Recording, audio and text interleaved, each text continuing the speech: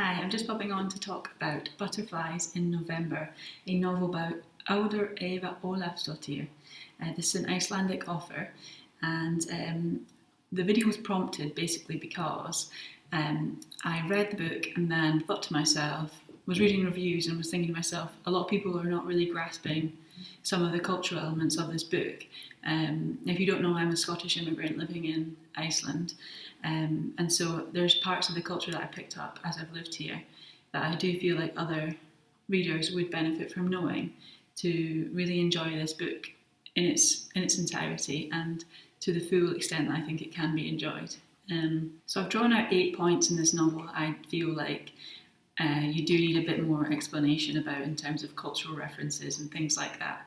And I'm hoping that by explaining this to other people, it might help people understand some of the nuances in this novel and some of the things that are worth celebrating. Because it does actually get quite a bad write-up online, which I think is quite unfair. And I think some of the points people make are just through not knowing, which is fair enough. You can't know everything, and I'm sure there are things that I don't know being an immigrant rather than being Icelandic. So as I say, 8 points, and I will start by saying that a lot of my knowledge about Icelandic culture comes from a writer, a well-known writer here called Auður Sigmundsdóttir, and she does a lot of work.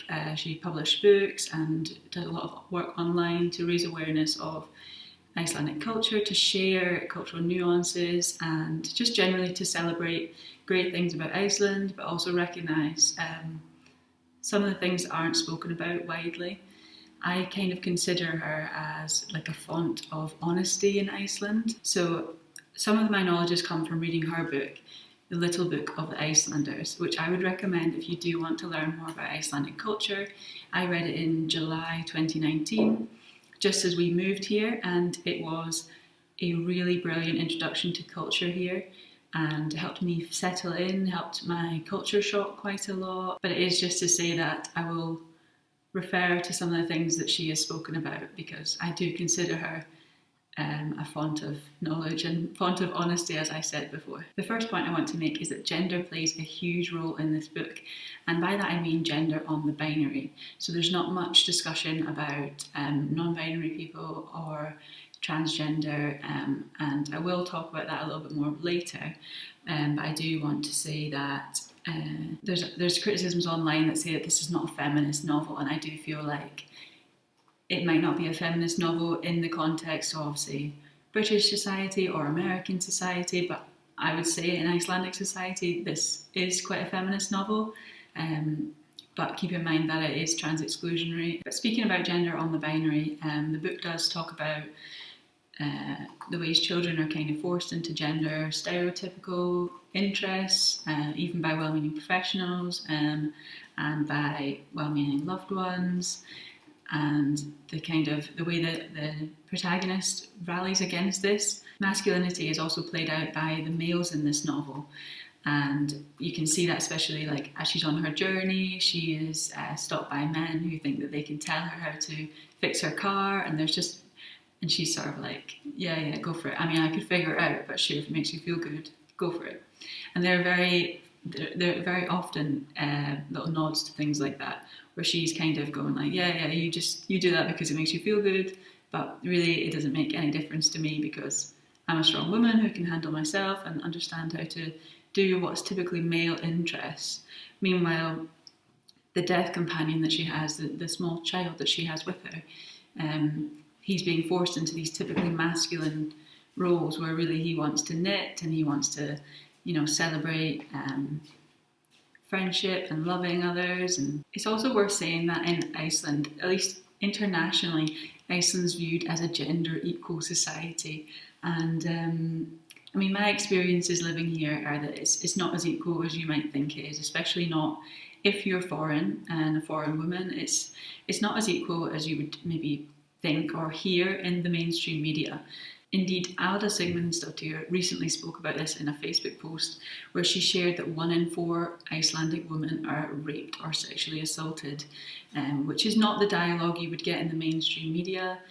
She also talks about how even if women do come forward and take it as far as criminal proceedings, there's something like 3/4 of women who are then not believed by the courts. So it really puts people off coming forward and disclosing sexual violence, and I would say it really hinders the country's growth in terms of really identifying why it is that there's such a high instance of sexual violence in Iceland.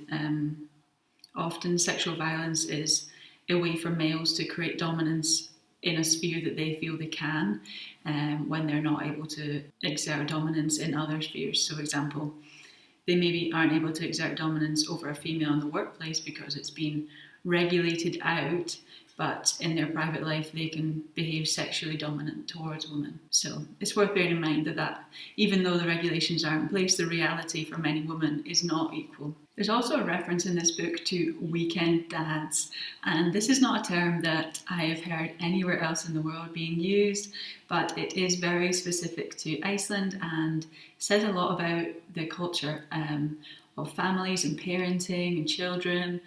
And to be honest, this is one of the things I find I get the most culture shock about. I'm not a parent, but when I watch families, when I see parents, and when I observe, I suppose, the culture, I do get a lot of culture shock about that, and it's something that I have struggled with to understand and to kind of get my head around what being a parent here means. So to give you a bit of background about this, Iceland has one of the highest birth rates in Europe.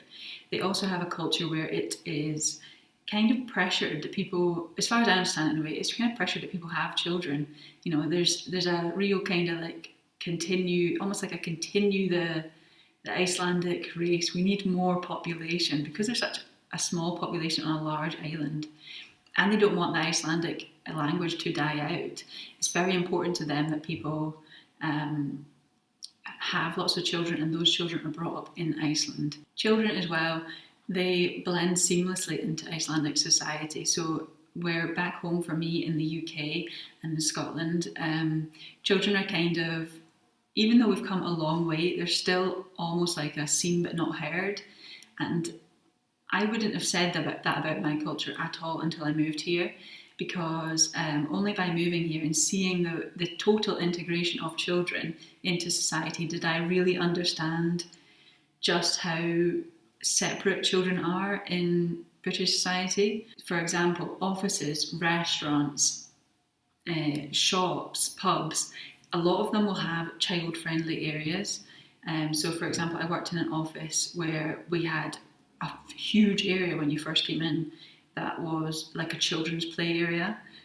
And I've never experienced anything like that in the UK ever. I've never known anybody to have a children's play area. It's very normal that children come in on summer holidays and have lunch with their parents at work.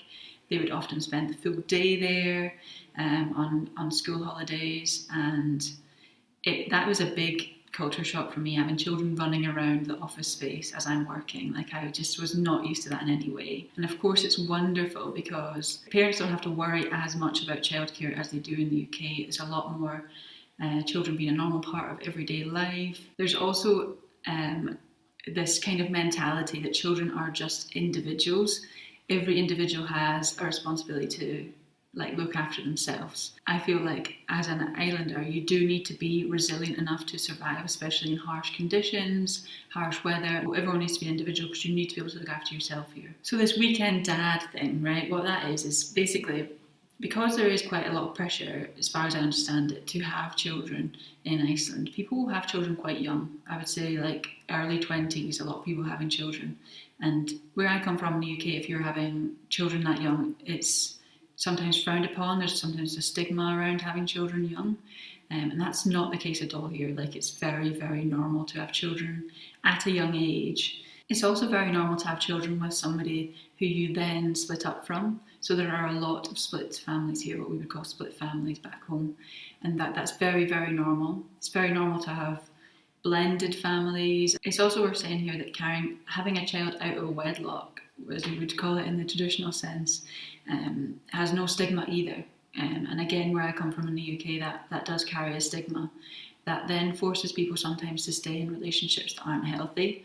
And there's just none of that here. So a lot of the discussion in this book is around parenting and family and I guess what it means to be a parent. And I think that if you didn't know that about Icelandic culture, that actually that a lot of people don't stay with their partner, that might be a bit confusing for people. So yeah, that's why I explain it. So because of this split family thing, oftentimes the parenting is split. So there's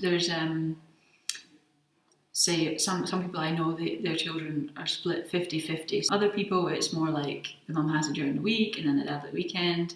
And that's where this weekend dad thing comes from, this weekend dad term. If you go out of the weekend in Iceland, you are bound to see what is termed as a weekend dad. They are often in restaurants, in pubs, and you'll see them.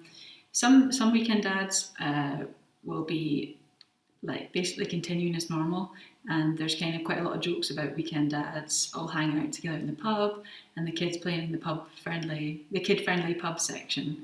But most often I find it's actually quite a sad sight. Oftentimes it's the child and the dad alone in the pub, or sorry, the restaurant. Most often I would say is where I've seen them.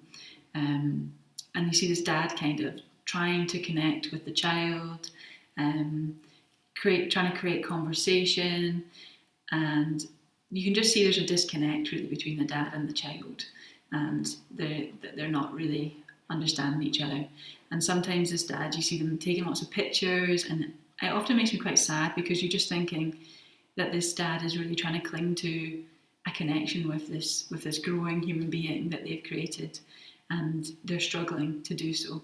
And in this novel, the author says one can spot a weekend dad a mile away, and I would say that's true. It's very sad, but it's true. The third point I want to make is how lovely it is to read a novel where Icelandic weather and nature and surroundings is like celebrated in such a lovely way. Like I really enjoyed those descriptions. For example, the references to like single lane bridges,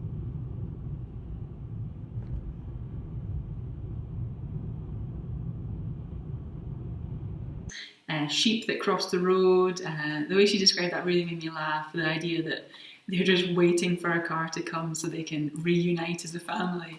And sometimes when you're driving along in Iceland, it can feel that way, especially out in the outskirts of the island. She also talks about the scenery in general, and she has beautiful explanations of the landscape and the conversations around the weather as well, which is often quite a strange and difficult beast in Iceland. Really had me nostalgic. Obviously this takes place in winter, and if you know me, you'll know I'm not the biggest winter fan, and I did find the Icelandic winter quite difficult. So the fact that this author actually made me nostalgic for winter really says a lot about her story writing ability.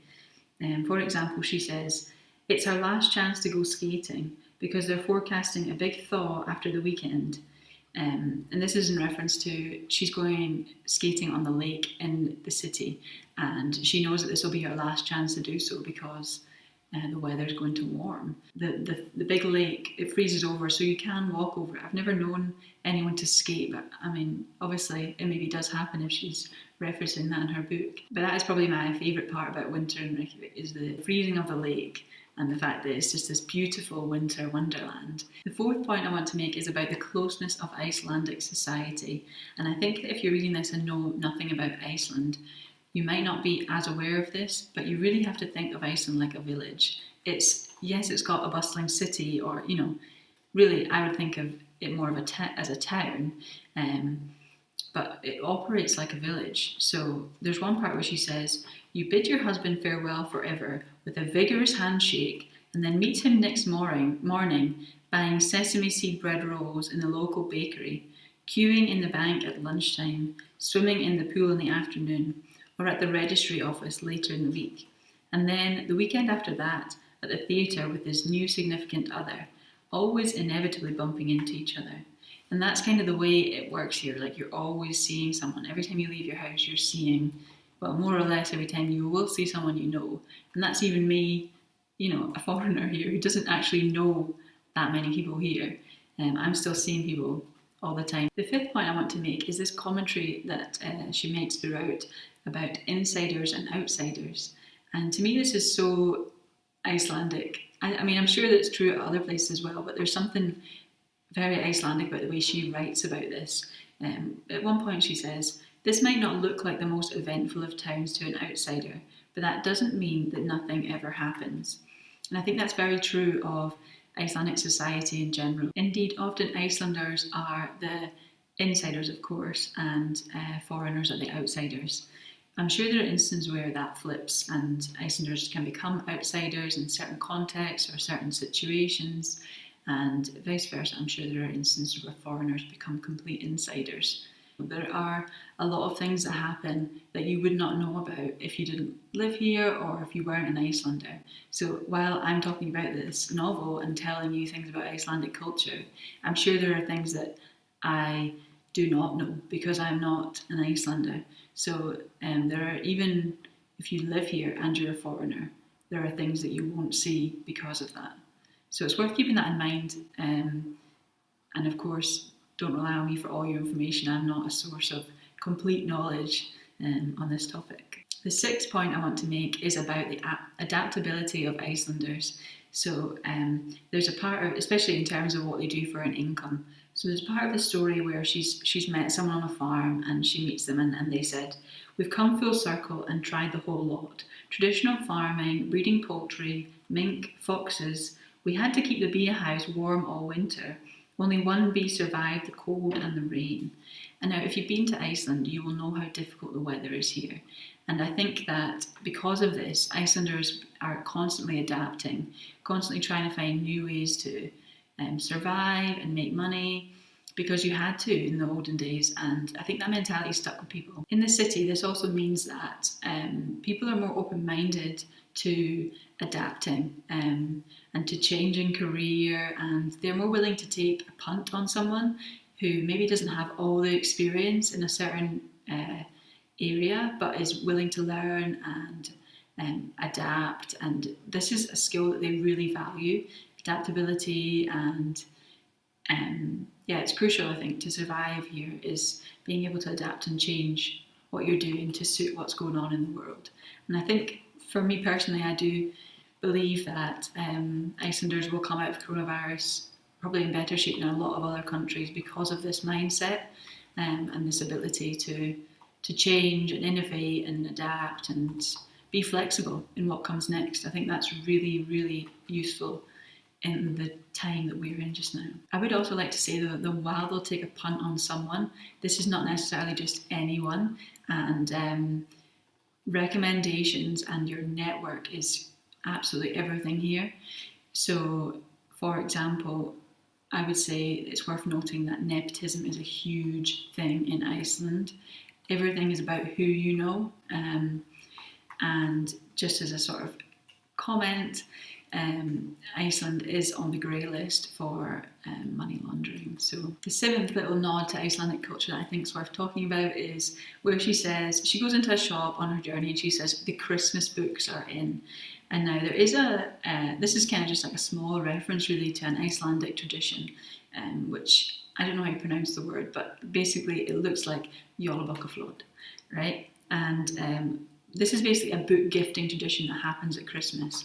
Now, internationally, I feel like this tradition has been completely romanticised, but I don't want to, if you want to follow that tradition, it's beautiful. If you want to take that and build it into your Christmas traditions elsewhere in the world, that is beautiful. But I will say that here in Iceland, it's more of just a normal thing to get a book at Christmas. Most people do gift people books, and this is also one of the key times for book publishing in Iceland is Christmas time. Most books will be released around this time. So with this novel being set in November, it does seem like it's quite a nice reference to make. It's also the only time of year that I've seen books in supermarkets, and bookshops are extremely busy around this time of year.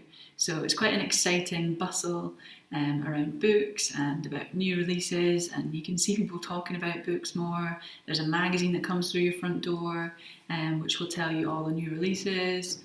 It's just quite a kind of really, like I say, you've got to think of it like a village. It's just such a nice tradition, I guess. My final point number 8, is that right at the end of this novel, our protagonist shares a whole bunch of recipes for things that are featured in the novel. This is things like, I think there's even like a knitting kind of recipe. There's recipes for food that they've eaten throughout. And to me, this was such a quintessentially Icelandic way to finish the novel, to finish off the book, really, because from what I understand it, passing on recipes between family members and outside of the family is such a Icelandic thing to do. It's such a passing of information, passing of knowledge, I guess, through generations. It's like the generations of storytelling that they've had in Iceland. Again, with recipes, the same thing happens. People pass on the recipes that they've enjoyed and that their ancestors have enjoyed, and it's kind of like that's kind of how the knowledge passes. Again, it's worth thinking about Iceland like a village. To address some criticisms of this book, I will say that a lot of people in the reviews have said that this isn't a feminist novel, which is quite an interesting thing to say. I think they've come with a kind of cultural gaze that they've come to this novel with about what feminism is in, say, America or the UK or somewhere else in the world.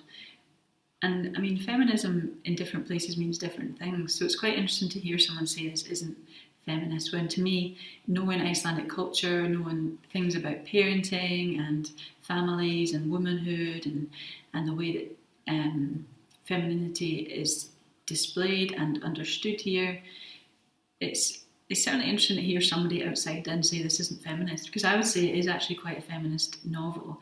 I would say, however, that, as I said, or briefly alluded to at the start, I think the novel is quite trans-exclusionary. It obviously talks about the gender binary quite a lot.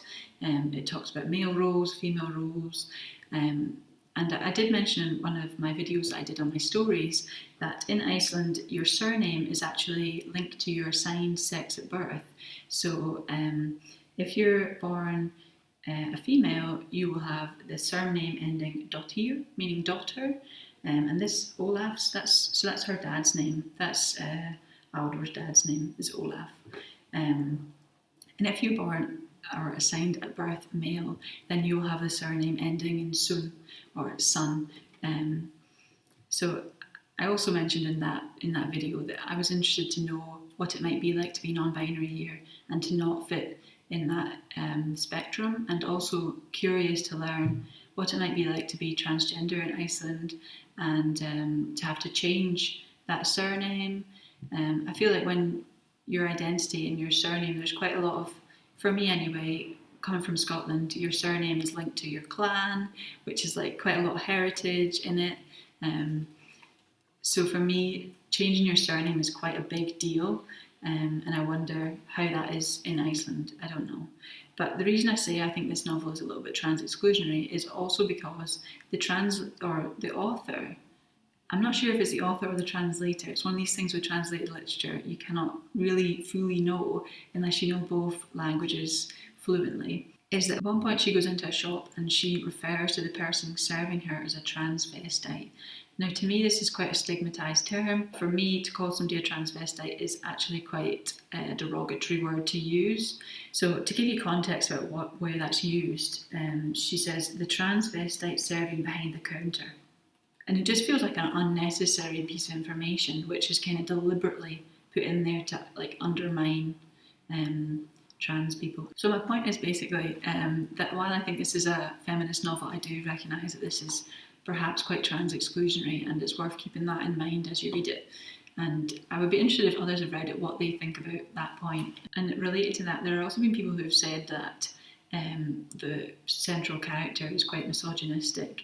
And I would say that internalised misogyny is quite common in women across the world, and it's worth keeping that in mind as well as we look at any piece of literature. A lot of reviews say that this is a weird and wacky novel and they just didn't get it.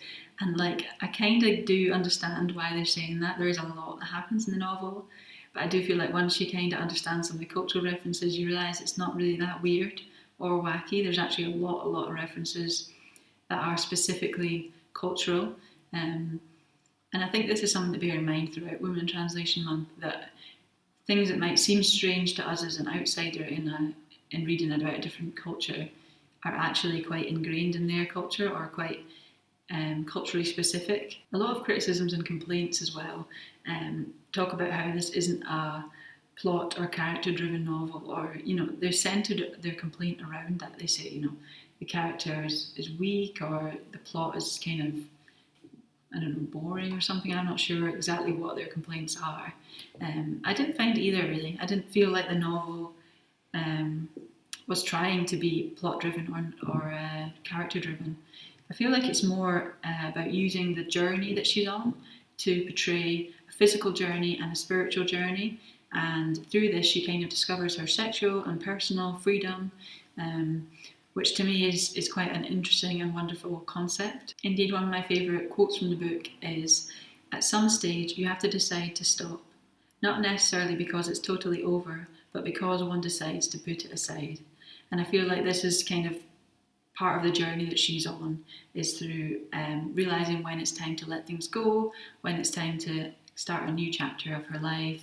And that to me is kind of what the novel is actually about. It's not necessarily about all these happenings that she encounters. They're just part of the journey to get her where she's going. So to conclude this little review or kind of in-depth analysis and chat of Butterflies in November, I will just say that this really made me laugh. It's funny, it's critical, it's a complex novel, and it's actually quite a wonderful read, and I hope that people will be able to find a way to understand Icelandic culture, at least enough to enjoy the novel more, and maybe take their cultural goggles off, I guess, a little bit, because not everything will be said or spoken to you in your culture, and that's kind of one of the joys for me, a Women in Translation Month, and reading translated literature in general, is that realising that it's not about you, and realising that there's so much more to the world than just your own cultural gaze. So I hope this video goes some way to helping people understand a bit more about Icelandic culture. And I will say as well that if I've got anything wrong and an Icelandic person is watching this and they feel I've said something that's incorrect, then I hope that they will talk to me about it and bring it up.